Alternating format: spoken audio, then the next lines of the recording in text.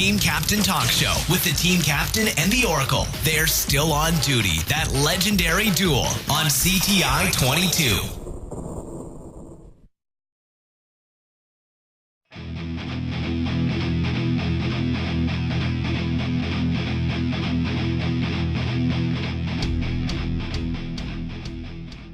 Pointed away from the Earth as though they're anticipating something coming. Now, that's a huge leap. I don't think it can be proved, but that appears to be what some of this is about. Now, I'm choosing my words carefully here, but that sounds very prophetic of a number of civilizations on Earth. We won't get into that.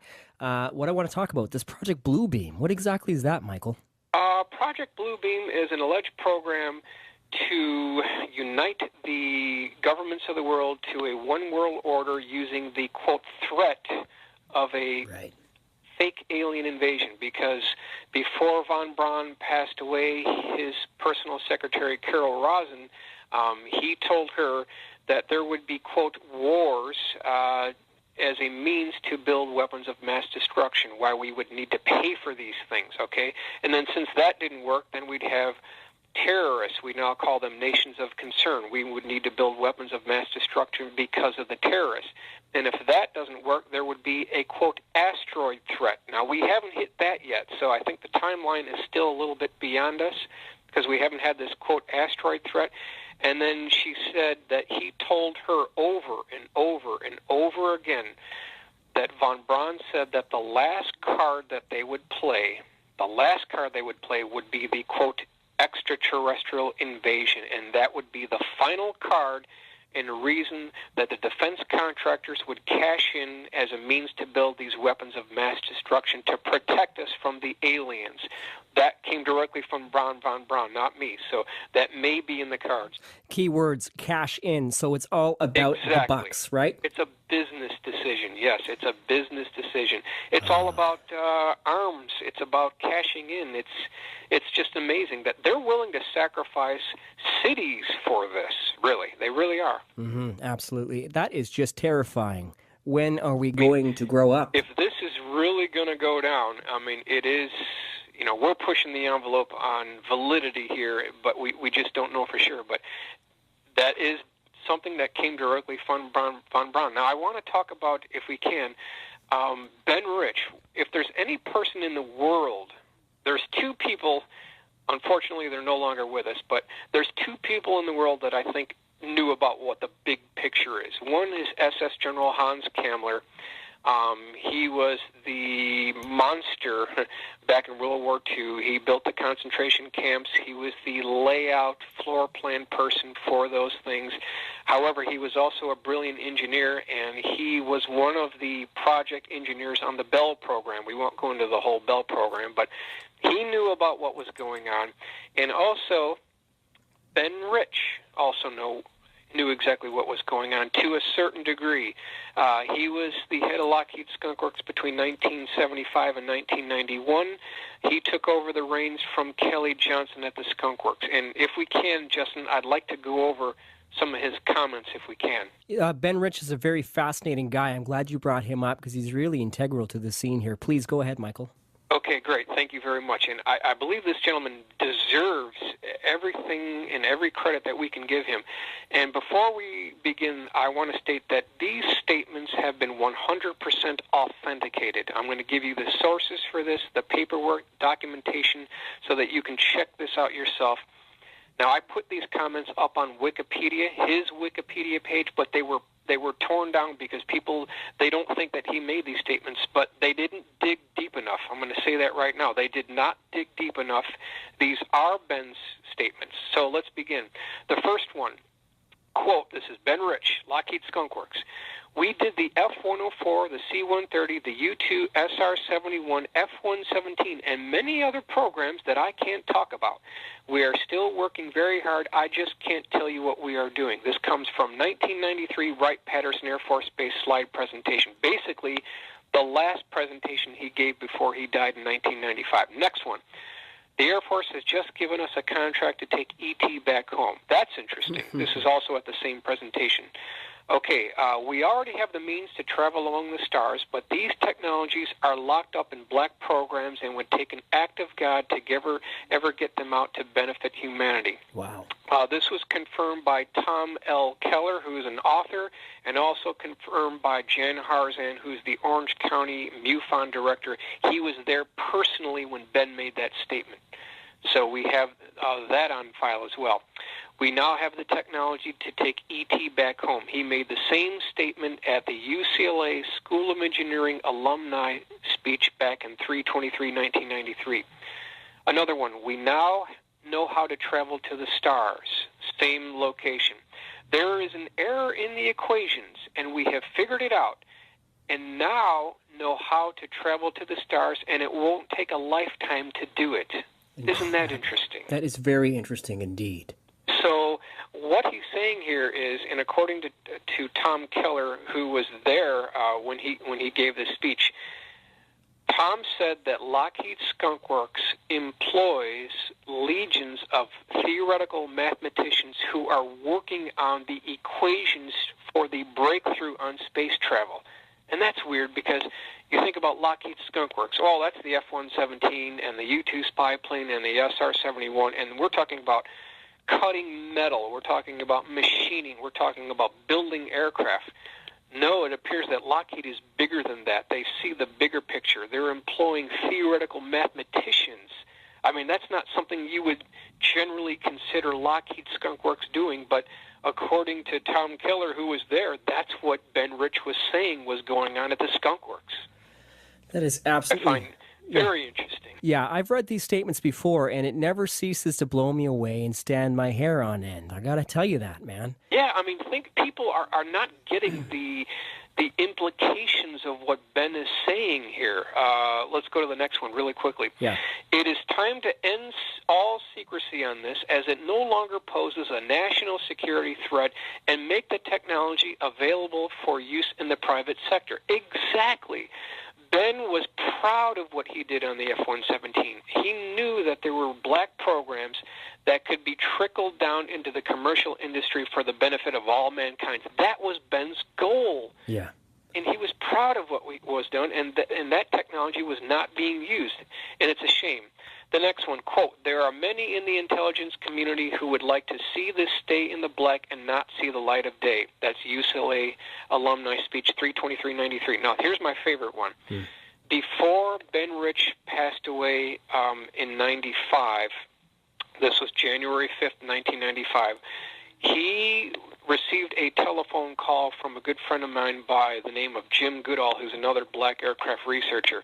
And they were very good friends for years, Jim Goodall and Ben Rich. And Jim asked him if he would be agreeable to do a non-holds-barred interview. And Ben Rich agreed to do it, of all things. I mean, this is incredible. Here we have the head of Lockheed Skunk Works telling Jim Goodall that he has agreed to do a non-holds-barred interview. However, unfortunately, that interview never took place. But Jim Goodall was successful in getting a last phone call into Ben Rich before he died at the hospital. Here's what Ben Rich told Jim Goodall, January 5th, about 1 week before he passed away, January 5th, 1995. Quote, Jim, we have things out in the desert that are 50 years beyond what you could possibly comprehend. If you've seen it on Star Wars or Star Trek, we've been there, done that, or decided it wasn't worth the effort. That is absolutely incredible. Do you know what the cause of death was for Ben Rich? I believe it was cancer. Yeah. He died of cancer. Yeah. Okay. And it's a shame because Ben was he was kind of a team player. He was a jokester, and a lot of people have claimed that these were tongue-in-cheek statements that Ben, was kind of saying on the side. No, that's not the case. You think about the context, what he was talking about. Yeah. He was nearing the end of his life. These were serious statements. These were not jokes. These were kind of like belated designer leaks. And if you think about the implications of what he's saying here, that we have technology and things in the desert, obviously I think he's talking about Area 51, the remote test site in Nevada, that are 50 years beyond what you could possibly even comprehend or dream of. That represents a level of technology that is unbelievable. We're talking light years beyond the B-2. I believe it.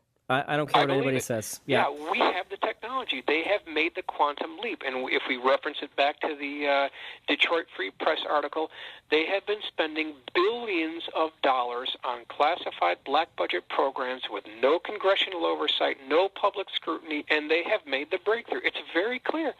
It's very clear. You know, I had sorry, go ahead. Another person that we need to reference as well is John Andrews. John Andrews was the Senior Project Design Engineer, Special Projects Group Testers Model Corporation in Rockford, Illinois.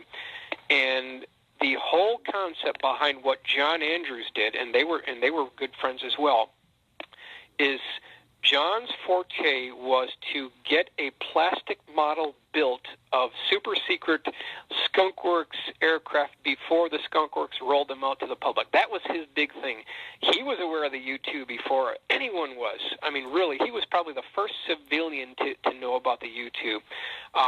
His F-19 model came out before the F-117 was declassified. Yes, it was different in configuration, but many of the features featured on that F-19 model did turn out to be things that were in the F-117. Now, here's something. They had a correspondence, John Andrews and Ben Rich, and basically Ben said that he was a believer in this phenomenon, and John was a little bit confused. He said, what do you mean? And here's something that came back from Ben Rich. It says, "Dear John, yes, I'm a believer in both categories.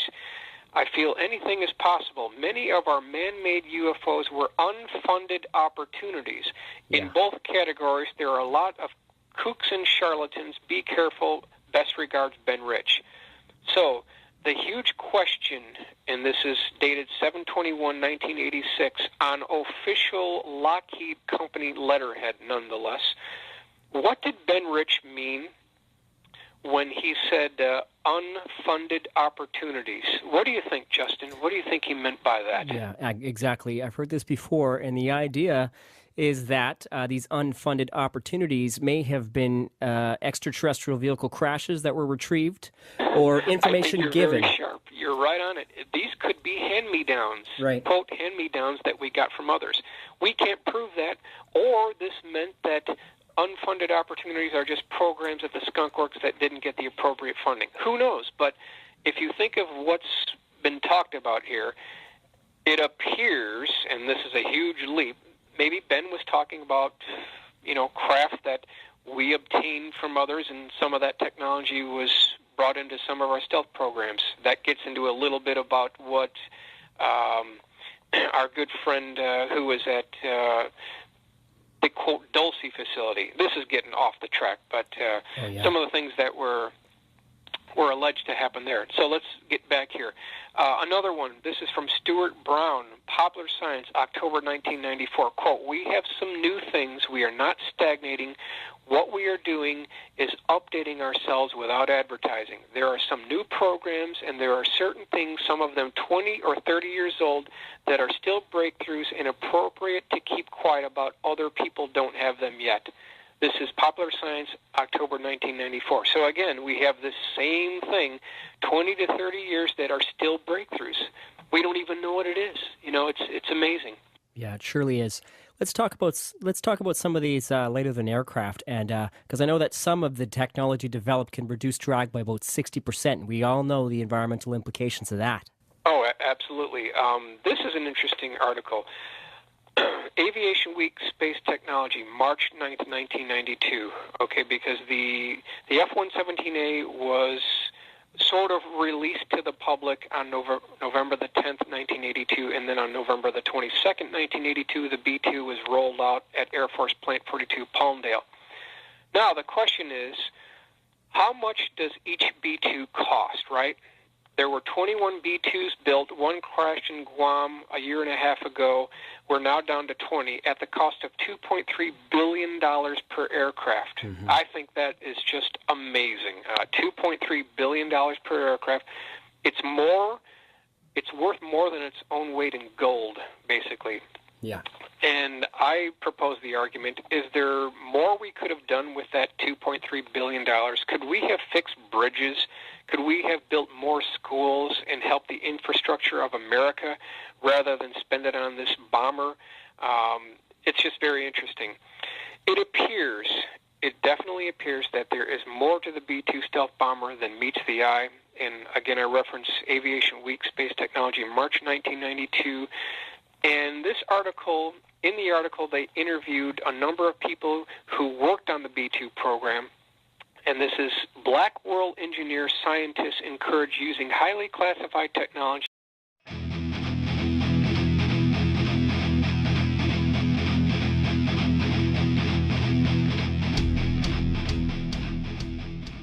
Classified technology for civilian applications. What they said takes place on the B-2 is that the B-2 electrically charges the leading edge of the wing to reduce the radar cross-signature, and then also electrically charges the exhaust gases to reduce the infrared signature. That's what they won't tell you about the B-2. Northrop won't tell you about it anyway. Yeah. But what's interesting is if you take that technology about electrically charging leading edges of the wing and then negatively charging the trailing edge, what you end up with, Justin, is the very same electrogravitic propulsion technology that Thomas Townsend Brown was working on then in the 1930s. Yeah. And this could theoretically completely wipe out your sonic boom signature, reduce your drag coefficient by 60%, thereby allowing the B-2 to go supersonic, and they won't talk about that as well. So that technology could be trickled down to the airline industry used by American and United Airlines on the 727s and 757s, and it's not being used. And that's just the technology that we're aware of. That's the technology we're aware of, yes. Absolutely incredible. There's a whole world out there that's delving deep, and it's expensive, and the technological leaps and bounds are only limited by your imagination. Going on that frame of mind, Michael, we've been talking here for quite a bit. I want to be able to squeeze this in. I want to talk about your work. First of all, I want to say that I like your new article in the Open Minds online magazine. I actually featured your Exeter, New Hampshire sighting of that cigar-shaped UFO last night. Okay, yes. Spoke with Paul Hellier a little while ago, and that was one of the stories I featured on the program. But I want to get to Dan Burrish now and Project Aquarius. It's a document you put together. Before we talk about that, I just want to mention that you have a lot of skill as a computer-aided designer. A lot of that, basically everything that I put together on the Dan Burrish story came directly from Dan. We flew him in here personally with Marcia McDowell, and he was right by my side drawing up sketches and illustrations of the floor layout of Area S4. So everything that I've presented in that document came directly from Dan Burrish. I didn't make up 1% of it. It's all referencing from Dan Burrish. And basically, I don't think Mr. Burrish has been given a chance to tell his story. I mean, it is a fantastic story. I'll give you that. I mean, it is probably the most incredible story that's ever been told. I struggled with the document. Close interaction with an extraterrestrial, and I'm talking, close, within inches, touching. This is a physical thing, that interaction that was going on here. And it is a fascinating story. However, people within ufology have completely slammed Dan Burrish and never given him the opportunity to appropriately tell his story. And so my whole involvement in this is I wanted to hear it directly from Dan personally. I wanted to reserve judgment, give him the benefit of the doubt, provide us with some evidence to back it up, and basically let this gentleman tell his story from his viewpoint and just give him a fair shot. That's the whole plan of action behind what we did here. I absolutely love this document. First of all, it is so fun. I loved reading about it. But the thing that I got about this is it's so incredibly detailed. There's a lot of articulation in this. Yes. But just before we go on, the reason I was intrigued by this was obviously the interaction between J-Rod, the extraterrestrial, and Dan Burrish and the story therein. And I read for about 63 pages of a 73-page document before I got to any interaction with J-Rod. I was a little upset by that. But the document is so articulate that it left me scratching my head, Michael. It did me as well. It's just incredible. And if anyone has followed anything I do, is I'm really interested in visual aids. I'm so sick and tired of pie charts and graphs and text. And, people, they learn more when they see a visual aid attached to the subject that you're talking about. So everything that I've ever done with anything having to do with this research has always had some kind of a picture, illustration, descriptive sketch, photograph, something so that you can see what we're talking about. And this has never been done on S4. The facility at S4 has never been broken down floor by floor. And what we're doing in this document is we're giving you a virtual tour through the entire facility. And in February of 2011, I'm going to be giving a lecture on this whole Project Aquarius. Dan Burrish will be there personally to address questions. We've done a 3D rendering walkthrough of the whole facility, so we're going to take you through the whole place. We're going to walk you through the hangar bays. We're going to show you the looking glass device, the whole shebang. February 23rd to 27th at the International UFO Congress in Arizona. That's correct. That's fantastic. The document, Project Aquarius, all of you guys can download that from Open Minds magazine, by the way.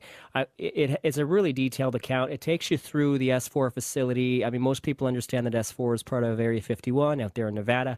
The cool part is that he describes a lot of the UFOs walking through the facility. I think 7 of 9 hangars were occupied. And then at page 63, we talk about the interaction of J-Rod and Dan Burrish, the universe, who they are, why they're here. Let's talk about this, Michael.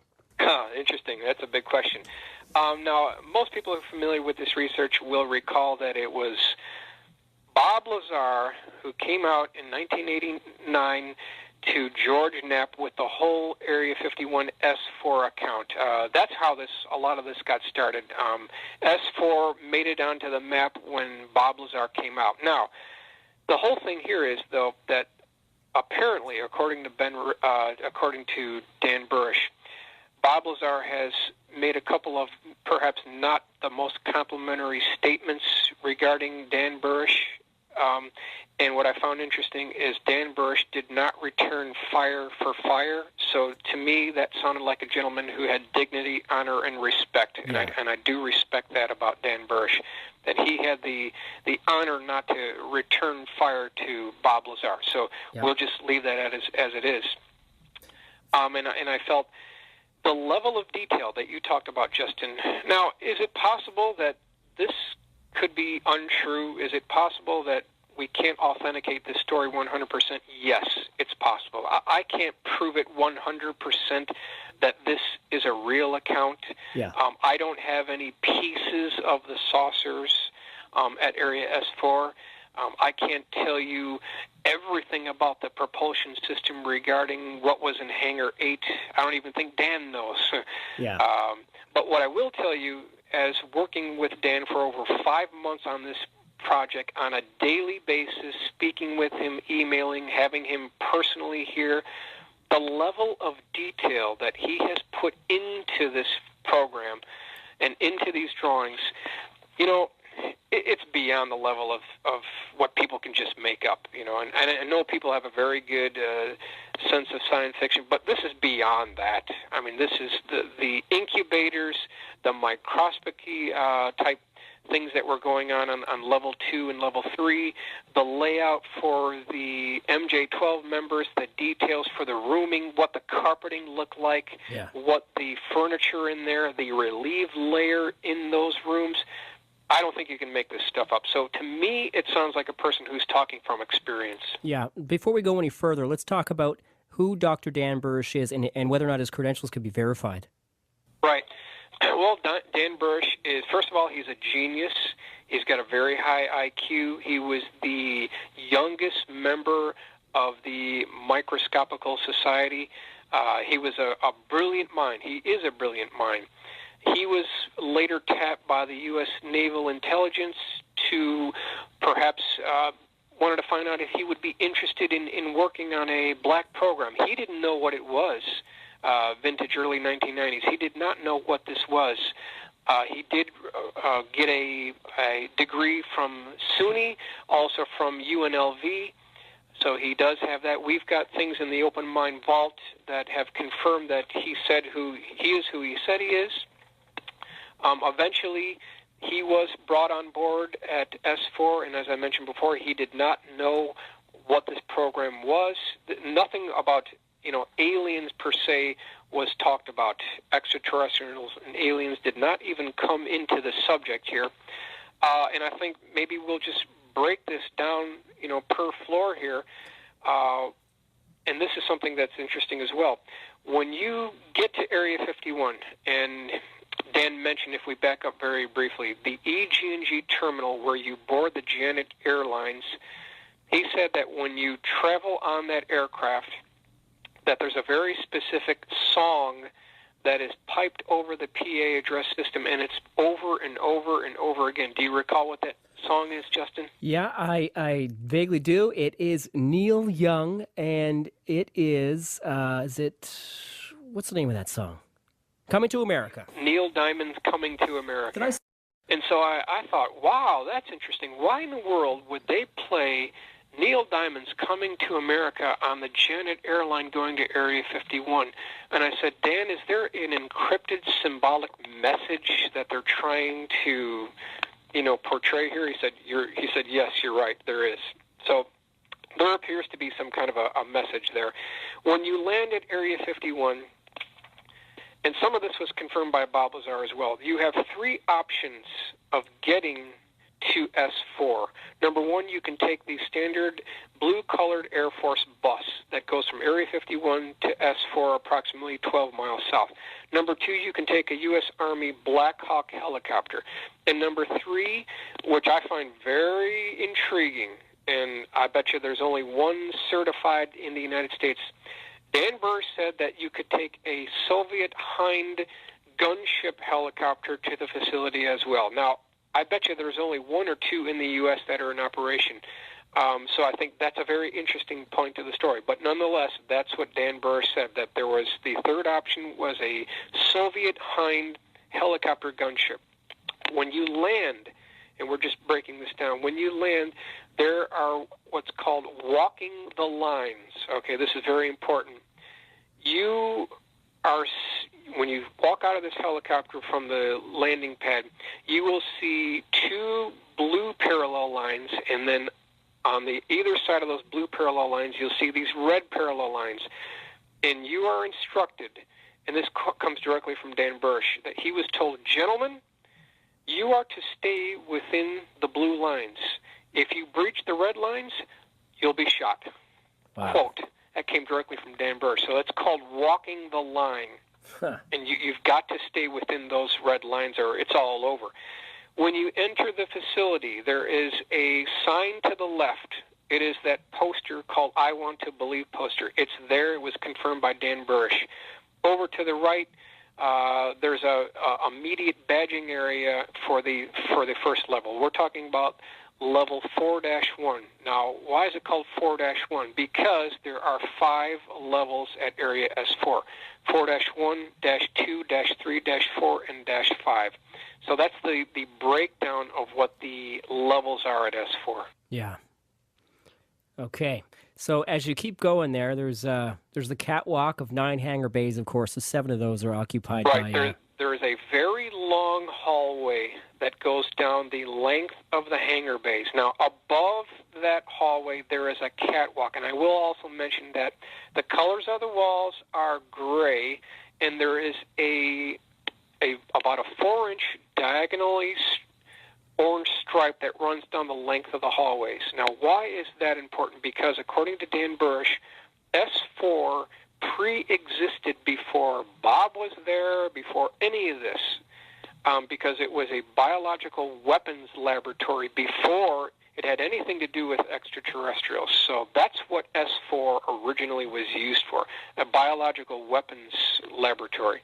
Wow. Now, according to Dan Bursch, when you're up on this catwalk and you're looking toward your left, this is important, you're looking off to your left, you will see 9 hangar bays. The first hangar was, quote, the Bob Lazar sport model. It was a P-45 J-Rod craft. Hangar 2 had the identical craft that Hangar 1 had, and we believe that this either is a P-45 J-Rod craft or a possible ARV. We don't know that for sure. Dan Bursch did not walk inside of this, so we don't know if it's either an ARV or a P-45. Now, Michael, ARV stands for Alien Reproduction Vehicle? That's correct. Okay. That is correct. Hangar 3 had a tarp-covered P-24 Roswell craft that Dan Bursch personally told me was the original Roswell craft. Wow. Now, the nose was sticking out and maybe just a bit of the wingtips, but the primary portion of the vehicle was covered by a tarp, so he did not get a real good look at this. The next hangar, which is hangar number 4, had a P-52 Orion craft. Hangar number 5 was empty. Now, each one of these hangars, on the southern wall of the hangar,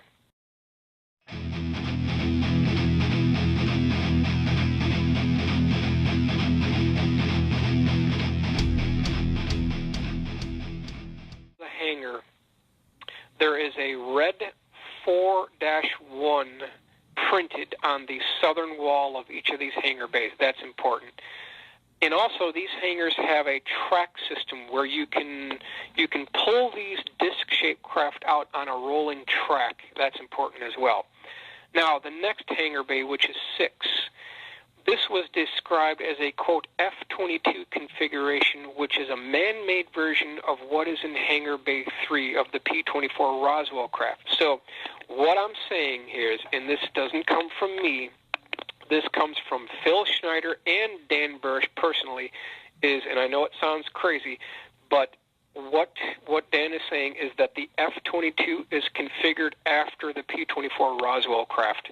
Right. The exterior configuration of the F-22 was derived from the Roswell craft. Now, I know we're going to get a lot of, negative comments on that, but this is what Dan Bursch told me personally. Yep. And he even drew me a very rough diagram of what he meant. What he did is he took the F-22 top view, and then he said, "Do you remember in grade school, and even earlier, the old connect the dots game, where you would draw a spline curve around the circumference of an aircraft?" That's exactly what is happening with what they've done. Is they've patterned the F-22 after what was in Hangar Bay 3. It sounds incredible, but that comes from Dan Bursch. Yeah, it sounds like a lot of the eyewitness accounts of the crescent-shaped craft that crashed there in Roswell. Yeah, I can see that. Right. The next hangar bay, we don't know because it was covered by a tarp. We don't know exactly what that was. Hangar Bay 8, according to Dan Bursch, is the only alien vehicle at S4 at the time. It was a black isosceles triangular. It was called the licorice drop, quote, the licorice drop, and he said that it was kind of a glistening black type craft, and then he said that you could look into eternity in this vehicle. Now, that's a very hard description to actually pin down, but for some reason, this particular vehicle, when you saw it, it was like you were looking into eternity. It was a very strange textured vehicle. Very hard to describe. Is it just me, or when you look at this craft, does it remind you of the Rendlesham incident? Perhaps. Yeah, perhaps. Very interesting. Yeah, I mean, there could be a connection there, but that's what Dan Burr said, that it's just a very fascinating craft, and he said that out of all the craft that were there, that was the only one that was alien. Hangar 9 was completely empty, so we don't know if there was anything there. Incredible. So basically, what Dan Bursch is saying here is that, and there's a big thing that we need to cover as well, is there's a difference between extraterrestrials and aliens. That's a whole thing that needs to be covered. Basically, when you talk about an extraterrestrial is someone who shares our own human DNA genetic makeup. In essence, they are us. So when you say a P-45 J-Rod craft, you're talking about a future human who has come back in time from 45,000 years from our future to our time. That's what the term P-45 J-Rod craft means. When you talk about an alien is a completely different species that does not have human DNA. That's the differentiation between the two. Yeah, this is where the story gets real juicy. I like it from here on out. Are you going to segue? Sure. Are you going to segue into the Hangar 4 craft at this point? The Hangar 4 craft is the P-52 Orion craft. Right. According to Dan, all of this got started with the crash retrieval that took place at Kingman, Arizona. They brought that craft to Area S4, and that's how this whole thing began. The J-Rod came from the Kingman UFO crash. That's the origin point of all of this, according to Dan Burrish. Okay. Now, from here, we've got a rundown of the facility, the hangars, the craft that were in there. Let's talk about J-Rod. What the heck happened here? Where is he from? Okay. J-Rod is from our future. He is from our future, and he was suffering from a genetic defect or a neuropathy defect. Yeah. And his species was dying because something happened in our time that changed our DNA, and when we evolved 45,000 years into the future, we became the J-Rod. So the reason why J-Rod came back to our time is that in hopes that they could find a solution or cure for the neuropathy so that when we would evolve 45,000 years into our future, we would not have that same defect. That's the whole reason, in a nutshell, why J-Rod came back here. That's the reason why he was here. Right. Now, maybe I'm jumping the gun here, Michael, but that according to Dan Burrish, this time-traveling paradox and these extraterrestrials actually being us from the future is the reason why a lot of this is being kept secret, according to Burrish. Am I right? Reason what? Well, that's one reason.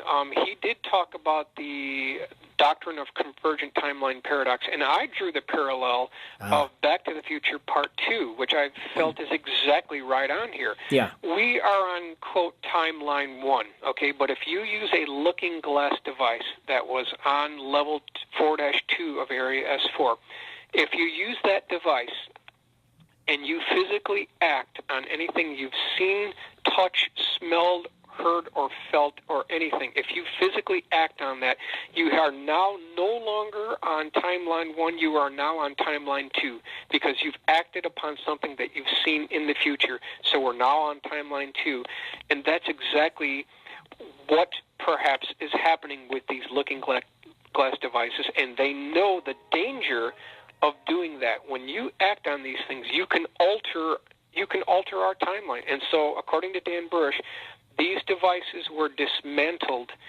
because it's very dangerous to play with time like that. Yep, and for all you guys out in Radio Land, these looking glass devices are basically machines developed to look into our future or possible futures. That is correct. It's another very interesting part of the story. Essentially, that is correct, yes. They can be used for that. One other thing we should keep in mind, too, is Dan Burrish, now he is saying this, in 1954, this goes back in ufology here, we've all heard about this, that Eisenhower met with extraterrestrials at Edwards Air Force Base in 1954, and there was an agreement, a treaty was signed, and something was given to President Eisenhower called the Orion Cube. Yeah. Now, Dan wouldn't exactly tell me where it is now, but at one time it's believed that it was at S4 and also at the Scottish Rite Masonic Lodge near Washington, D.C. It was kept there as well. I don't know where it is now, but this had the technology to also see the probability of future events as well. And so it's called the Orion Cube. It was about 8 inches by 8 inch square. and it projected an image about 10 inches above the cube itself. Just incredible technology that was allegedly given to President Eisenhower back in 1954. It's these Project Looking Glass devices almost seem like a more evolved form of future predictability machine, in that the Orion Cube, Dan Burris says, could be influenced by the viewer, where the Looking Glass device, there was no effect on the viewer. The possibilities just came out. Well, when you have the Looking Glass device, keep in mind that this is level 4-2, and all of this is being recorded so that, on high definition videotape. When they fired up these devices, everything was documented with videotape cameras and for future reference. And a lot of this information and the, quote, training update tapes that Dan Burris talked about were stored in the briefing room on level 4-1. So if there's anywhere we could ever go to prove any of this story, and I'm talking, the real evidence, yeah, you would need to go to the, quote, briefing room on 4-1, where they keep these tapes, and the files are there as well. Yeah. So that's the place that would be the most beneficial to confirm this story, because that's where they have the tapes of all this. Yeah, this is an incredible story. We've got S4, we've got this incredible technology of aerial craft, some extraterrestrial, one possibly alien. We've got essentially time-traveling devices where you don't actually go through time, but you're witnessing future time events. And now we got this interaction with J-Rod the extraterrestrial. He is from, you tell us where he's from, Zeta Reticuli? He comes from the Orion constellation. Right. And then also what I want to get to... In Zeta, yeah. Right. Is this catastrophic event that turns us humans into the J-Rod extraterrestrial. Maybe you can describe what that extraterrestrial looked like according to Burris and what that catastrophe was. Well, upon first seeing the J-Rod, Dan said that he thought it was a large insect. Of all things. It was scrunched down in the corner. They refused to give the J-Rod clothing. They called him Stumpy. They called him names. He was kept in something called the clean sphere, which is another fascinating device, on level 4-5. And any time that the J-Rod did not follow the instructions of some of the MJ-12 members who were looking down on the J-Rod through this viewing glass section of 4-5, they would change the pressure of this facility, which would negatively affect the J-Rod. And so it was a real captive type situation here. And what he said is he was a small, 3.5 to 4 feet tall, small, looked like an insect. He had a large knuckle or bone near the end of his leg. He had rough skin, no teeth, no hair, large eyes. He could walk, but it was very labor-intensive for him to walk. So, in a nutshell, that's sort of what he looked like. I just have to ask you, Michael, because when I was reading this Project Aquarius document, I noticed in the black and white drawings, the texture of the skin almost seems scaly, and then in the colored versions, it seems a little bit smoother, almost like two different entities. But it's impossible to get it exactly correct, but generally, that's a relatively good estimation as to what J-Rod actually looked like. Michael, do you have a couple more minutes here? Are we pushing your time here? No, go right ahead. Okay. I've got all the time. All the time. This is what I love about... We also need to cover what was also in level 4-2, because, we very briefly went through 4-1, but there's some things in 4-2 as well. Can we talk about that right after we mention the information that was relayed from the extraterrestrial J-Rod to Burris about the catastrophe?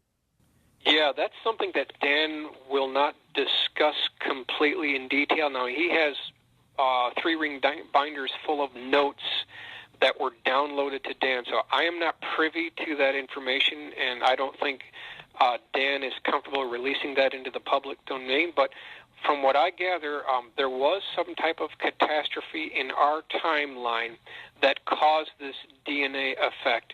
I don't know if this is the main event or a secondary event. Now, Dan has recently revised some of this, and that we have now gone beyond that time frame. We have avoided this catastrophe.